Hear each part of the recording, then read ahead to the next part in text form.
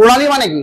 দুটো বৃহৎ যে জলাধার বা দুটো বৃহৎ সাগরকে যে ছোট্ট জলাভূমিটা কানেক্ট করিয়ে দেয়।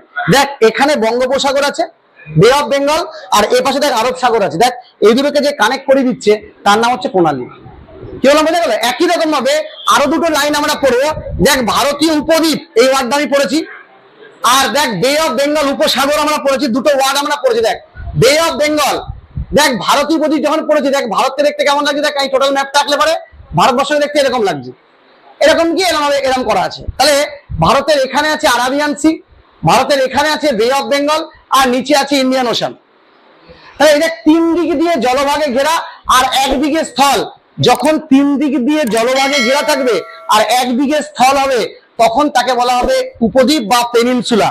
ভালো করে বুঝতে হবে জিনিসটা।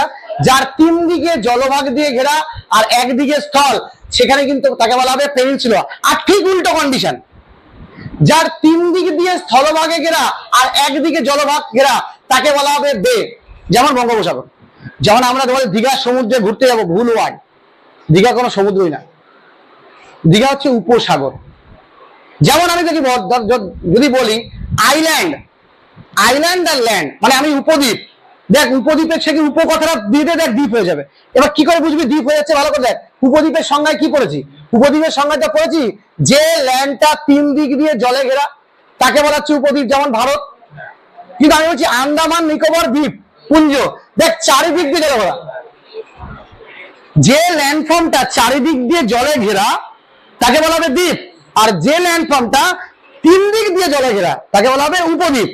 একই রকম ভাবে যে জলাশয় বা যে জলাধার বা যে সাগরটাকে তিন দিক দিয়ে তুই মনে রেখেছিস, দেখ এদিক দিয়ে ভারত, এদিক দিয়ে ভারত, এখানে বাংলাদেশ, মায়ানমার দিয়ে শেষ করে রেখেছিস, তাহলে এই জায়গাটার নাম আমি কি দেবো? এই জায়গাটার নাম দেবো বে। বে মানে উপসাগর। দেখ আমরা লিখি বাঙ্গাল কি খাড়ি বা বে অফ বেঙ্গল, বঙ্গ উপসাগর।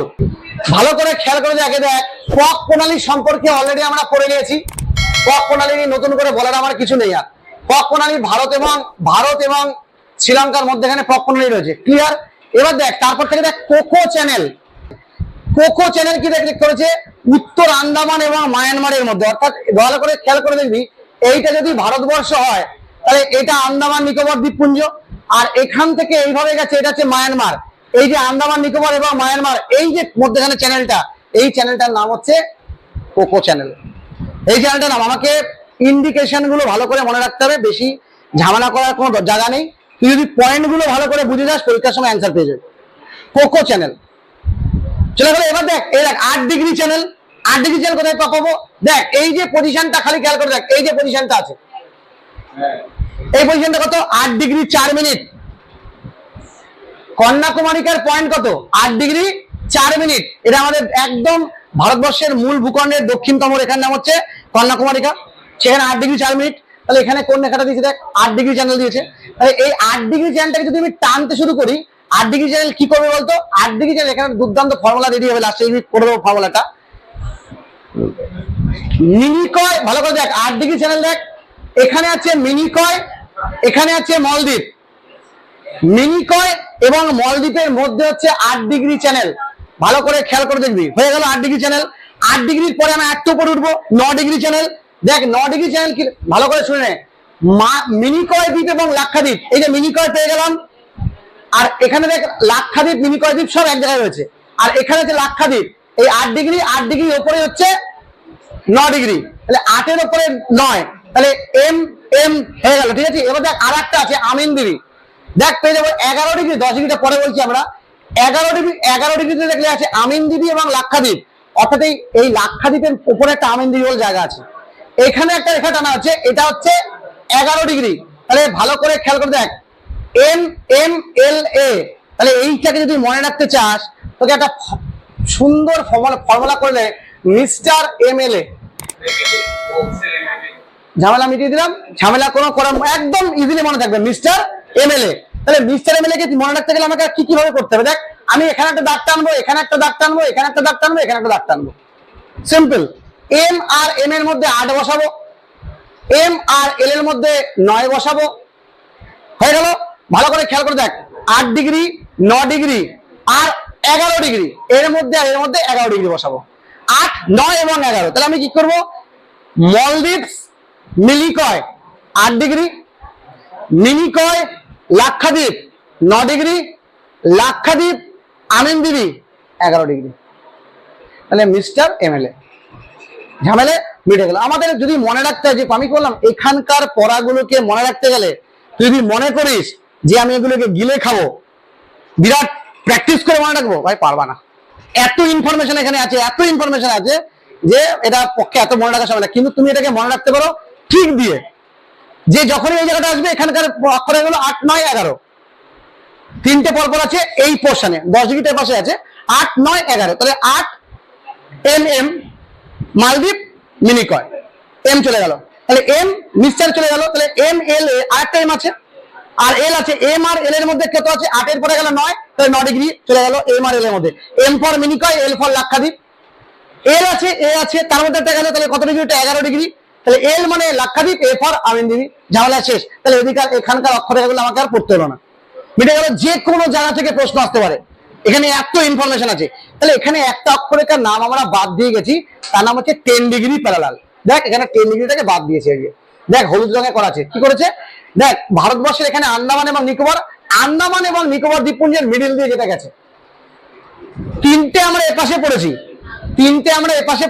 8, 9, 11, একটা এপাশে পড়লাম হচ্ছে 10, ঠিক আছে। 10 হচ্ছে আন্দামান নিকোবর, আর একটা এখানে দেয়নি 6 ডিগ্রি, দেয়নি 6 ডিগ্রি হচ্ছে ইন্দোনেশিয়ার সাথে ভারত, 6 ডিগ্রি এখানে দেয়নি, 6 ডিগ্রি হচ্ছে ইন্দোনেশিয়া ভারতের সীমারেখা, দরকার নেই আমাদের, পরীক্ষার সময় আসে না, তাও বলে দিলাম। 10 ডিগ্রিটা মনে রাখবি, তিনটে এক পাশে আছে, ভারতবর্ষের পশ্চিম দিকে অর্থাৎ আরব সাগরে 8, 9, 11 আছে, বঙ্গোপসাগরে একটা আছে 10 ডিগ্রি, ক্লিয়ার। 10 ডিগ্রি কার মধ্যে আছে, ভারতের মধ্যে দুটো, ভারতের যে দুটো দ্বীপ আন্দামান এবং নিকোবর দ্বীপপুঞ্জ, আন্দামান দ্বীপপুঞ্জ আমার ভাগ আছে, উত্তর আন্দামান, দক্ষিণ আন্দামান, নিকোবর দ্বীপপুঞ্জের দুটো ভাগ আছে, লিটিল নিকোবর, গ্রেটার নিকোবর, ভাগ করা আছে। এবার দেখ সেই ভাগগুলো আমাদের আস্তে আস্তে আসবে। এইবার দেখ নামগুলো আমাদের দেখে নেয়, 8, 9, 10, 11 পেয়ে গেলাম। এবার আছে দেখ গ্রেট চ্যানেল, গ্রেট নিকোবর এবং ইন্দোনেশিয়া। তাহলে দেখ এই যে আন্দামান, এই যে নিকোবর, নিকোবরের দুটো ভাগ, উপরটা লিটিল নিকোবর, নিচেরটা গ্রেট নিকোবর, আর এদিকে গ্রেট নিকোবর আর এদিকে ইন্দোনেশিয়া, এর মধ্যে যে রেখাটা তার নাম হচ্ছে গ্রেট চ্যানেল, এটা হচ্ছে গ্রেট চ্যানেল, ক্লিয়ার হয়ে গেল। এবার দেখ তারপর লেখা আছে Duncan passage, little Andaman, greater Andaman. তাহলে আন্দামানের দুটো ভাগ, আমি কি বলেছিলাম প্রথমেই বলে দিলাম, আন্দামানের দুটো ভাগ আর নিকোবরের দুটো ভাগ, গ্রেটার নিকোবর, লিটিল নিকোবর। দেখ লেখা আছে গ্রেটার নিকোবর এবং ইন্দোনেশিয়া, তাহলে একটা গ্রেটার নিকোবর আছে, লিটিল নিকোবর আছে। আন্দামানের দুটো ভাগ আছে, little Andaman, greater Andaman. Greater Andaman এবং লিটিল আন্দামানের মধ্যে যে রেখা দিয়ে ভাগ করা হয় তার নাম হচ্ছে ডানকান প্যাসেজ, ডানকান প্যাসেজ। এইখানে মনে রাখতে হবে, এখানে ডানকান প্যাসেজ আছে, এখানে আমাদের আছে গ্রেট চ্যানেল আছে, এখানে 10 ডিগ্রি আছে, আর সবার লাস্টে সামব্রোরো চ্যানেল আছে, কার নিকোবর এবং লিটিল আন্দামান। নিকোবর দ্বীপপুঞ্জের দুটো ভাগ, একটা কার নিকোবর আর একটা হচ্ছে লিটিল আন্দামান। এর মধ্যে ভাগ আছে হচ্ছে কি বললাম আমি, আন্দামানের দুটো ভাগ আছে, নিকোবরেরও ভাগ আছে। নিকোবরের ভাগের মধ্যে যদি বৃহৎ নিকোবর বা গ্রেটার নিকোবরের সাথে ইন্দোনেশিয়ার কথা বলি, তখন আমার কিন্তু চলে আসবে গ্রেট চ্যানেল। যখন আমি দুটো নিকোবরের মধ্যে ভাগ চাইবো তখন চলে আসবে, দেখ সরি, যখন আমি নিকোবরের সাথে আন্দামানের ভাগ চাইবো শুধু উপরে নিকোবরের সাথে, তখন আসবে ডানকান আসবে। আর যখন আমি সামব্রোরো চ্যানেল বলবো তখন আমার চলে আসবে কি কার নিকোবর এবং লিটিল আন্দামান। কার নিকোবর এবং লিটিল আন্দামানের মধ্যে কিন্তু আসবে ডানকান, এই সামব্রোরো চ্যানেল। এইটা কিন্তু বিরাট ইম্পর্টেন্ট, এই প্রশ্নগুলো, এই প্রশ্নগুলো যদি পরীক্ষায় আসে, যদি ক্যালকুলেশন করে মনে না রাখা যায়, ক্যালকুলেশন করে, তাহলে পরীক্ষার সময় পারা যাবে না। তুই হাজার ভাববি, হাজার চিন্তা করবি, পরীক্ষার হলে গিয়ে ভুলভাল লাগিয়ে আসবি। আর পরীক্ষার সময় এখান থেকে কোশ্চেন দেবেই, পরীক্ষার সময় এখান থেকে কোশ্চেন হবেই, কোনো কথা নেই। এই সীমারেখা থেকে, বা তোর হচ্ছে 15,200 কিলোমিটার থেকে, বা 7,516 কিলোমিটার থেকে, বা 6,300 কিলোমিটার থেকে, বা উত্তর দক্ষিণ পূর্ব পশ্চিমের দৈর্ঘ্য থেকে, বা পশ্চিমে কে আছে পূর্বে কে আছে, এখান থেকে কিন্তু প্রশ্ন দেবেই। অতএব এই প্রশ্নগুলো খুব ইম্পর্টেন্ট, এটা কিন্তু আমাদের করতে হবে।